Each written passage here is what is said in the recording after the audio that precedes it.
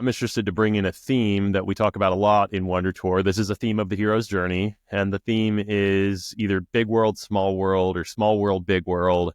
And what that theme normally means is that on the hero's journey, at the beginning of the journey, we generally find our hero in a small world. The scope of their influence, their control, their ability to make a change in the world, it's not very large. It's in fact too small for their ambition. They want to be able to do something more. But by going on this journey, they learn about a larger world, they experience some sort of a scope increase, and they recognize that they're not competent enough to exact a change in that larger scope of influence. And thus, they must find a mentor, go on this journey in order to develop a level of competence, to be able to build up a team, whatever is required in order to actually exact the change to accomplish the mission in this larger world. So I think there is almost like a critical analysis that we can do here of the big world, small world theme that we see in the Queen's Gambit.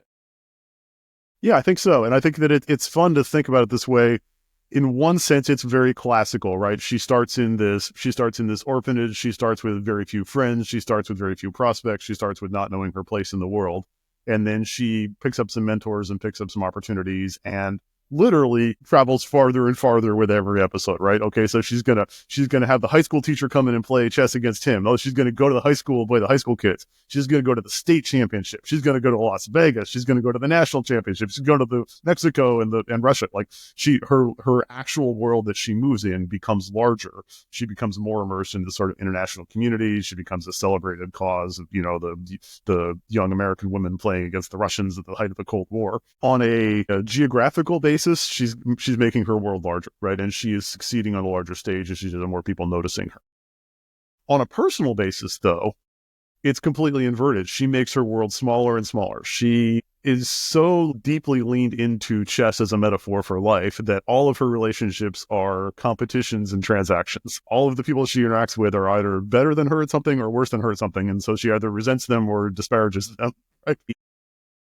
She shuts out everybody around her continuously as she moves up this ladder. She's always just trying to beat the next person. She's always just trying to prove the next thing, but she never manages to build any sort of sense of community. She never manages to build any substantial relationships. She has sort of a functional relationship with her stepmother, in that they're but even both, then, she's at arm's length. They're never it's transactional, enough, right? and they're both, high functioning alcoholics, and they're both, I don't know if we could say Alma's a high-functioning alcoholic, but at least Beth at that point is. Yes. Well, and as you said in the pre-show, I think at no point during almost this entire series do we look at Beth and be like, man, I wish I had that lifestyle. As successful as she is, as charming and skilled as she is, you don't look at her and go, man, that looks cool, right? Every once in a while, you look at Luke Skywalker or something, and you're like, okay, that would be cool. I'd love to be learning to be a Jedi. But you look at Beth and you're like, man, she's having a hard time. She's not figuring it out. It's a tragedy, right? The story is primarily a tragedy. And you're told that from the first scene when we see the car crash.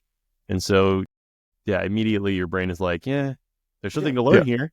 And there's some empathy I can have and all kinds of great stuff, but I don't necessarily aspire to be like Beth.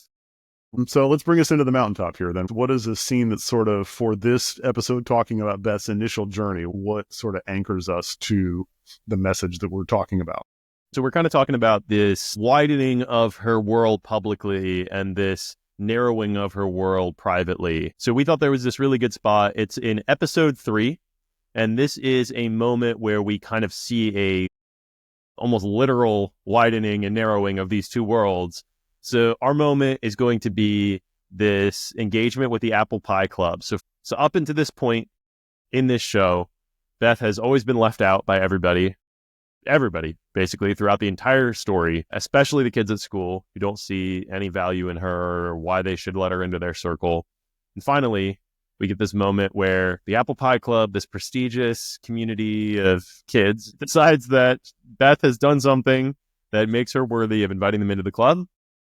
And so Beth is like, okay, like tepidly interested, because again, she is interested in improving her status. She's lets us know that she's lonely, and she knows that she's lonely. She doesn't like being looked down upon and disparaged and discouraged. That's a good point. Yeah, she knows. She gets there to this girl's house and she sits down and she sees that they're all dancing and talking about boys, and she immediately feels like this just isn't her. And within a few minutes, she stands up, she steals some liquor from the liquor shop, and she goes home and she continues to revisit her past. She convinces herself or tells herself that she just has to become better at chess, and it isn't about the apple pie club, the widening of the overall narrative for her. But in reality, inside of her, this is the narrowing of her private life, where she once again makes the decision to not have any sort of a relationship with others. And this is so emblematic of the pattern that she follows throughout this series, the pattern that I think a lot of hyper-successful, hyper-narrow-focused people follow. She's doubling down on the things that she loves. She's doubling down on her ambition. She's doubling down on herself. She's doubling down on being really good at something to the exclusion of all else. And this is both good and bad. If she goes to the apple pie club and she's like, you know what, I've succeeded. Chess has gotten me to the point where the cool girls at school think that I'm dressing well enough that I can hang out with them. Great. Now I can just enjoy high school, and I'm going to dance with the girls and watch stupid TV shows and talk about boys and go to prom and just have like a normal life. I'm part of the system. Like, she could do that at this point. She could absolutely say, yay, the system has accepted me. I've succeeded. Chess accomplished its job. I'm going to settle here. And she doesn't. She doesn't park it there. She's like, no, I'm quite much more enjoying being hyper focused on this other thing and being hyper competitive. And I got more ladders to climb and bigger ambitions. And so she leans into herself. She leans into her bigger goals. She leans into not trying to broaden her scope, like you said, not trying to broaden her social world, but keeping her focus very narrow so that she can continue to climb the ladder in the chess world. And that is powerful. That's what allows her to continue to succeed, is she's kind of doubling down on this focus, but it's also incredibly limiting. The flip side of focus is you're bad at everything else, right? You're abandoning everything else. And this is emblematic of her journey, but this is also a pattern that we see, right? When you start from nothing, you have no social skills and you have no value to society, you got to pick how you're going to build up. And one of the patterns is like, I'm just going to do this one very narrow thing. And you get to the top of the mountain and that's all you've got. Mm-hmm. That's your identity. And that's a recipe for an identity crisis, basically, right? Where you have made one thing your identity. And when you realize that, like you said, we always say journey versus destination. What happens when you get to the top of the mountain and you've actually summited the peak? And that was the only thing you ever thought about. Right. And what happens if it's not as fulfilling as you thought it was going to be? Or what's worse, which happens to Beth in the next couple episodes, what if you get close to the top of the mountain and you lose and you don't have anything else, right? Mm-hmm. You've defined your entire existence around the only thing that matters to me is just winning along this narrow axis. And you've got nothing to fall back on. You've got no people to go cry on their shoulder because you pushed them all away. And you've got no other skills and you've got no other coping mechanisms. This narrow-mindedness is the failure mode of the prodigy, right? It's a very brittle mode of success. If you're hyper-focused in whatever you're doing and you don't develop other adult skills, then you're vulnerable to, like, it might still not work. At least not the first time. Yeah, and I think there's a little bit of an application in this mountaintop with the Apple Pie Club for each of us, because I'm sure that whatever your way to distract yourself away of choice is, hopefully it's not as painful as Beth's is, but for some of us, myself included, it has been at times. Right. It's the recognition of the widening, narrowing complex. For me, it's like, yeah, it's easy to convince yourself that what you're doing is fine because it's widening your chess horizons, because it's doing one thing good.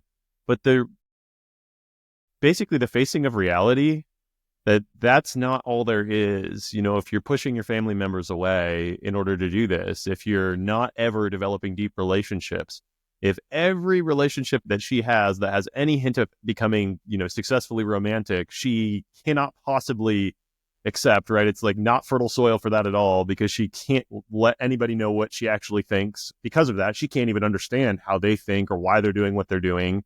It's just she never goes beyond that. Everything is always a game of chess to her, like you said before. Yeah. So I like this as the moment because she behaves this way over and over again, and it does lead her to some big things, but it also leads her to, she kind of papers over all of her problems, right? She keeps running away from, she keeps covering them with drinking, she keeps like not dealing with forming human relationships. So I think maybe a useful way to look at this is just going outside in, right? The way people in the world are viewing Beth, both in the high school and then in the larger world, the chess people, and the way others are viewing her is through two lenses, right? If you're part of this system, you get viewed in two lenses. One lens is that, are you successful in this system? Have you demonstrated some value? Have you shown that you're really good at something? Are you making a unique contribution? And she figures out how to do that through chess, right? Okay, she's got a place in the world. She's representing the United States. She's representing Kentucky. She's able to be really good at something, and that's magnetic. People love being around somebody that's great at something. But the other lens they'll have is your relationship with them. How are you, in the elevator together? How are you when you're just having a quiet conversation? How are you when they ask for an autograph, right? And she fails that test over and over again. She's demonstrated some value, but she hasn't figured out how to interact with people. And so all of the people that try to connect with her, she pushes away, and all the people that aren't presently at this very moment valuable to her, she never circles back to them, right? She gets a lot of value out of her relationship with Mr. Scheidel, the janitor. He gets her into the chess world. He gets her into talking to the high school people. He helps her move forward, but she leaves and never goes back to him, and then finds out later that he'd been following her the whole time. She stiff arms, like you said, a number of romantic suitors and or potential people, collaborators in the chess world, just through inability to really connect. Yeah. So honestly, where we're at here is reaching out to other people. I think that's one thing that we can do if we're feeling like we're at a spot where there's just, yes, I've made my career, I've made my whatever, right? You could be your kids. Oh, my kids are great. They do so well. They're just so successful. But it's like, but what's the thing that's narrowing in exchange? And is that okay? And is that in fact, like, if it's like Beth, is that your shame? Is that this thing that you struggle to be able to be vulnerable with other people about? Because that's our opportunity. That's where we can grow. And really, this is such a great series because you can pick that up without sitting and talking about it on Wonder Tour. You watch the last couple episodes, and if you feel like you're Beth at all, it can be encouraging to you that there is hope. My life isn't a tragedy. I can do something different. So